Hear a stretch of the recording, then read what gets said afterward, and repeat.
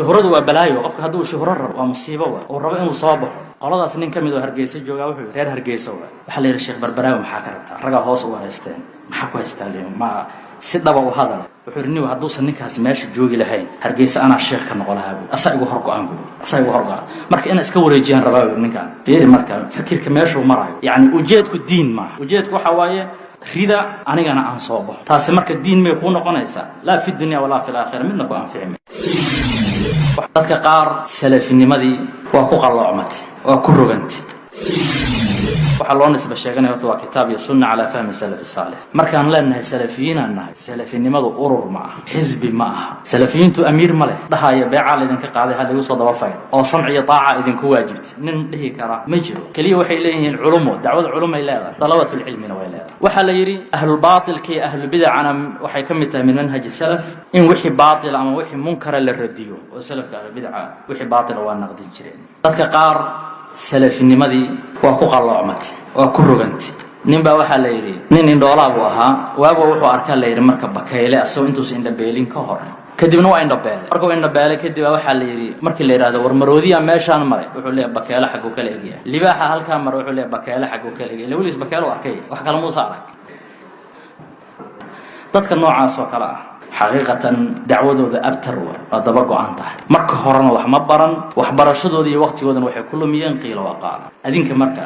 idinlama gudboona ina waxaasi gabi ahaan bal wadwado cilmiga hadaa barataan gudbisaan ilaahay dartiina ay idinka tahay dacwadeen ilaaha barakeenay ninkii dan kala leh ujeedadu ay tahay adiga soo bax marka qaar waxa jirta fikir ah qof mesela dadku yaqaanaan ku dhag si lagu barto ayda jirta waa ninba wuxuu yiri waxaan rabaa in la barto dadka wala tashana marka wuxuu yiri see la ugu bartaa ummadda dhan hal mar inay bartaan aan rabaa ninba la taliyo wuxuu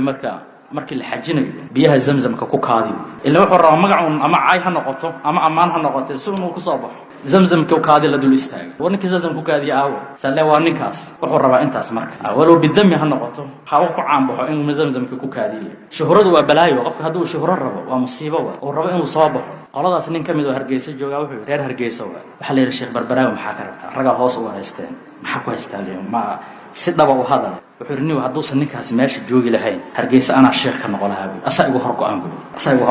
marka in iska wareejiyaan rabaa ninkan fiiri marka fikirka meesha uu marayo yani ujeedku diin ma ujeedku waxa waaye rida anigana aan soo baxo taasi marka diin may ku noqonaysaa la fi dunya wala fi aakhirah midna ku anficin mayso fikirka noocaas oo kala ah wax lagu soo daalay dadkeedina la yaqaan beenka ma xishoodaan haddii la gasho waa sheegaya wax badan aan lagu arko عقيدتي iyo manhaj salaf ma daneeyaan Sheikh Abdul Karim Hassan Xoosh xafidallah wa taqanan in bad ajaliis waa dhageysateen ama leena waa sheekh salafi yaman anagoo joogna waxa la yiri salafi ma nina warqad ii keenay ay ku qoran tahay 15 nuqtadood ku qoran oo leeyahay waxa lagu haystaa Abdul Karim hal tusaale markay kaga soo qaaday waxa cinwaanka ku qoran Abdul Karim saxaabada cadaaladooda ma aaminsana saxaabada inay cuduul yihiin ma qabo warkaas war weyn waay طبعا kalaan wax shiical u yaqaan warkii markaan arkaan waxa ay ninkii ii keenay waxa ay warkan soo hubi masdarka sheega حنا لا سو دغيس وباري مصدرك waxay dhaheen waa maraaq sacuudka markuu aqrinayo maraaq sacuudka ajalkii tilmaameena la dhageys shakhsiyan anigu dadka dhageystaan ku jiray meeshaas nuqtadaas wuxuu leeyahay sheekhu